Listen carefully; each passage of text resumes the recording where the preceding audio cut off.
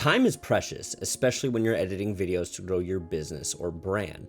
But here's a common snag. Many of us waste countless hours on editing mistakes that could have easily been avoided.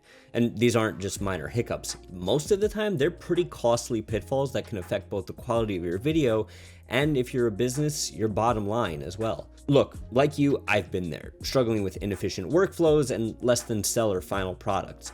That's why today, I'm going to share the top 5 editing habits that are likely killing your edits, and how you can turn them around to save time and enhance your videos. By the end of this video, you'll have the tools and knowledge to streamline your editing process and boost your production quality significantly. So if you like what you're hearing, like what you're seeing, and want to hear more of it, make sure you hit the subscribe button down below so that you never miss out when I post a brand new video.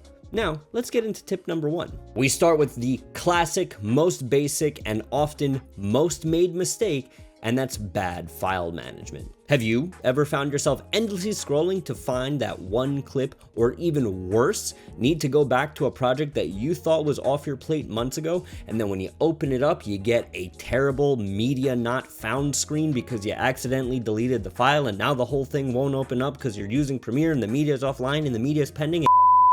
Yeah, it's not just frustrating, it is a massive time sink. Organize your files from the beginning. Create a folder structure that makes sense for your projects, and for the love of God, stick to a naming convention that you'll remember. Trust me, this small step will save you hours.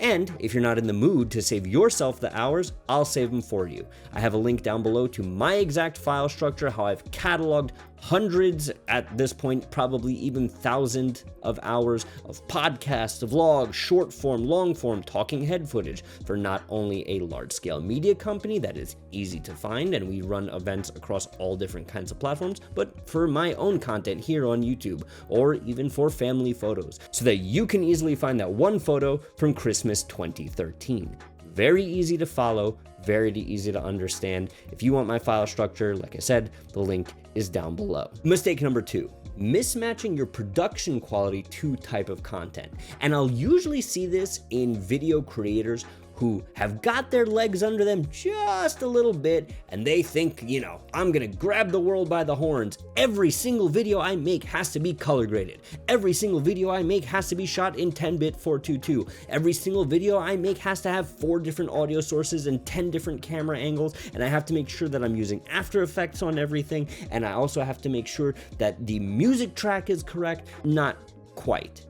See, a lot of the time you will get hampered down and bogged down in an edit because you didn't understand the scope of the project. You're putting all of this time and effort, which would be warranted for something on a bigger scale, into something that doesn't really need it in order to have the same effect on your audience. You're using high-end effects on simple internal presentations. You don't need to color grade a Loom video. And on the other end of the scale, you're not polishing high stakes videos to the level that you want because you're already burnt out because you spent all this time adding all of these After Effects things to a short form 15-second clip. Alex Hormozy, the current GOAT of all things online media content, is a great case study on this. He went from really highly edited 5 to 7 minute long form videos to like hour-long presentations of him just standing in front of a whiteboard with a marker. And yes, he has some call-outs and stuff in there, but realistically, a lot of his editing work is done in the pre-production, and the content speaks for itself without having all the flash behind it. So the tip for improvement, I would say here, is tailoring your production level to the content's purpose. Understand the expectations that your audience has and what's at stake with each video. Mistake number 3, not locking in your white balance. This is a painful one. I see it all the time. I still will make this mistake from time to time, only to realize too late that I had auto white balance on in a place where the light was shifting, and then it makes the video look uneven color-wise. Now, quick refresher for those of you who don't know, white balance is what your camera says is the white point, and it basically dictates how all other colors should look on top of that.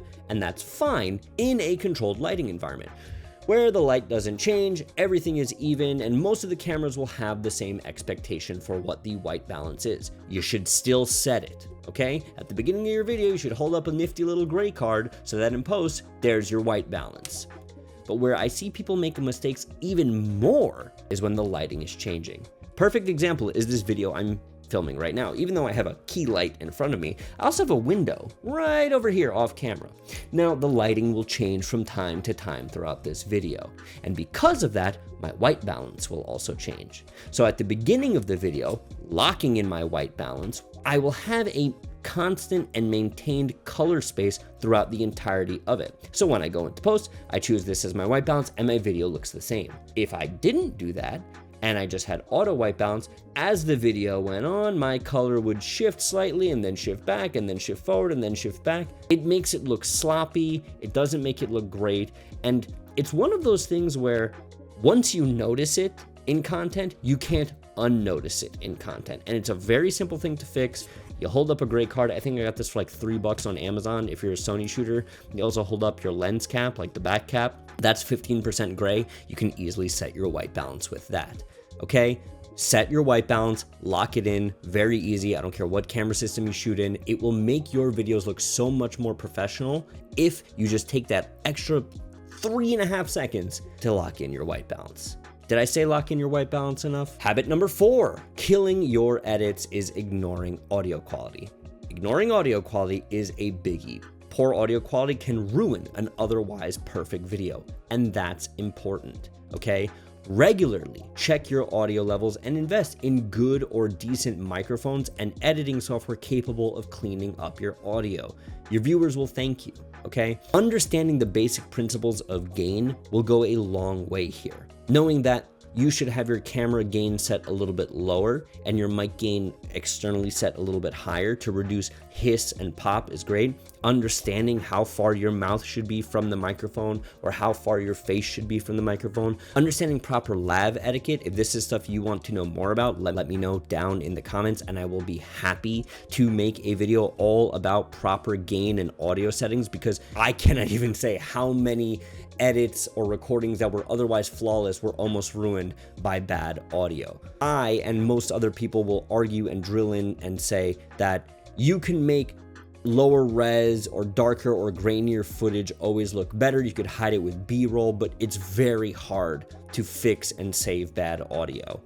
Make sure you're doing it right from the start. It doesn't take very long and it will help your edits get across the finish line much smoother and much more quickly. And finally, habit number 5, not using the right hard drives. Are you a victim of slow data transfer speeds and frequent crashes? Well, that's a sign it might be time for you to upgrade the hard drive you're editing off of. I don't know why at this point you would be still using a spinning hard drive, but if you are, I would say invest in an SSD for faster editing, right? Keep your spinning hard drives, your HDDs, as you'll see them called on Amazon, for way long-term storage. What this will do is set you up in a way that you are using the fastest memory possible to edit your project.